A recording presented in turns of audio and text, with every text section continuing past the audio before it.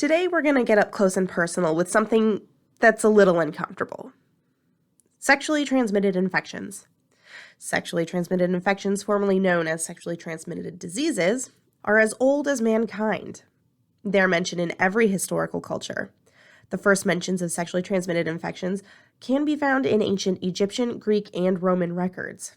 For instance, around 400 BC, Hippocrates described a condition that sounds a lot like gonorrhea. Knowing that STIs have been around for so long, you would think that the perception of them would evolve with time and knowledge. Well, they did. Sort of. In ancient times, STIs were believed to be an individual person's punishment for behaviors unbecoming. It actually wasn't until the medieval ages that the relation to sexual activities was recognized. Although all infections were seen as one disease, just in different stages. In the late 15th and 16th centuries, a presumably new plague had been imported to Europe and was rapidly spread by soldiers. Misinterpretations of this new plague and the suspected identity of syphilis and gonorrhea led to horrible misconceptions in the 17th and early 19th century. The late 19th and beginning of the 20th century, due to many achievements in microbiology and chemistry, finally took the frightening threat from the STIs, which had terrorized millions of quote-unquote normal and famous people of all social classes over the centuries, and has been linked to many scandals. Moreover, the perception of STIs has turned from a personal stroke of fate to a collectively important issue of public health. So, what causes STIs? What are some of the symptoms? Is there treatment for STIs? Sexually transmitted infections are generally acquired by sexual contact, as the name suggests. The bacteria, viruses, or parasite that cause sexually transmitted infections may pass from person to person in blood, semen, or vaginal and other bodily fluids. However, sometimes these infections can be transmitted non-sexually, such as from mothers to their infants during pregnancy or childbirth, or through blood transfusions or shared needles. If you are pregnant and have an STI, getting treatment right away can prevent or reduce the risk of your baby becoming infected. STIs caused by bacteria are generally easier to treat. Viral infections can be managed but can't always be cured. STIs can have a range of signs and symptoms, including no symptoms at all.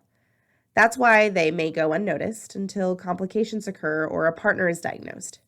Signs and symptoms may appear a few days after exposure. However, it may take years before you have any noticeable problems, depending on the organism causing the STI.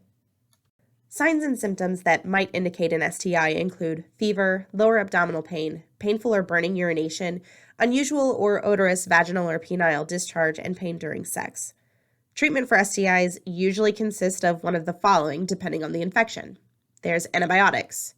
Antibiotics, often in a single dose, can cure many sexually transmitted bacterial and parasitic infections, including gonorrhea, syphilis, chlamydia, trichomoniasis.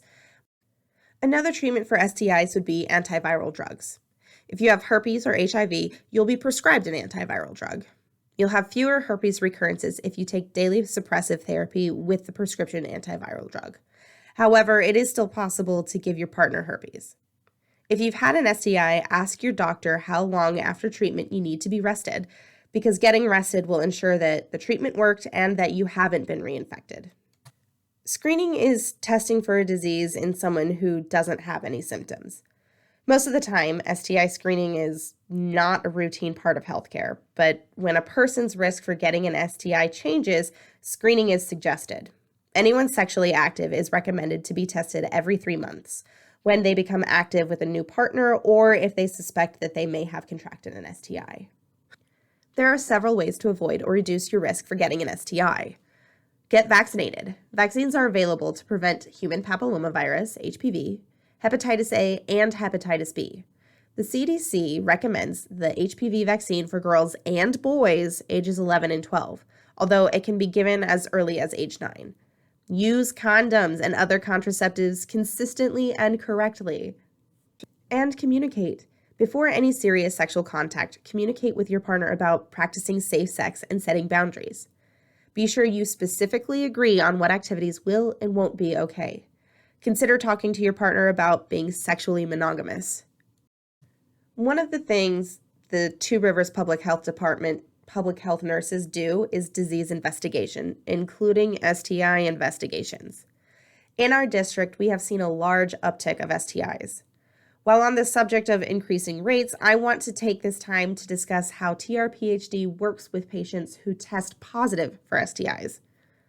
Chlamydia, gonorrhea, syphilis, HIV, and herpes are all reportable in the state of Nebraska. Two Rivers Public Health Department nurses investigate all these except herpes. Any patient who tests positive for these STIs should expect a call from one of our nurses to identify the patient's understanding of the disease and medication. They'll discuss risk associated with the infection, suggest behavioral changes to avoid future infections, and decide the best ways to inform partners who may have been exposed to this infection. Partner Services is a confidential service available to those who test positive and need to inform their sex partners of exposure. Partner Services allows a person to be confidentially informed of their exposure and treated if necessary. Confidentiality is the main priority, and all of the nurses who call your patients are specifically trained to inform partners without giving away any information that may allow them to identify the person who named them in their interview.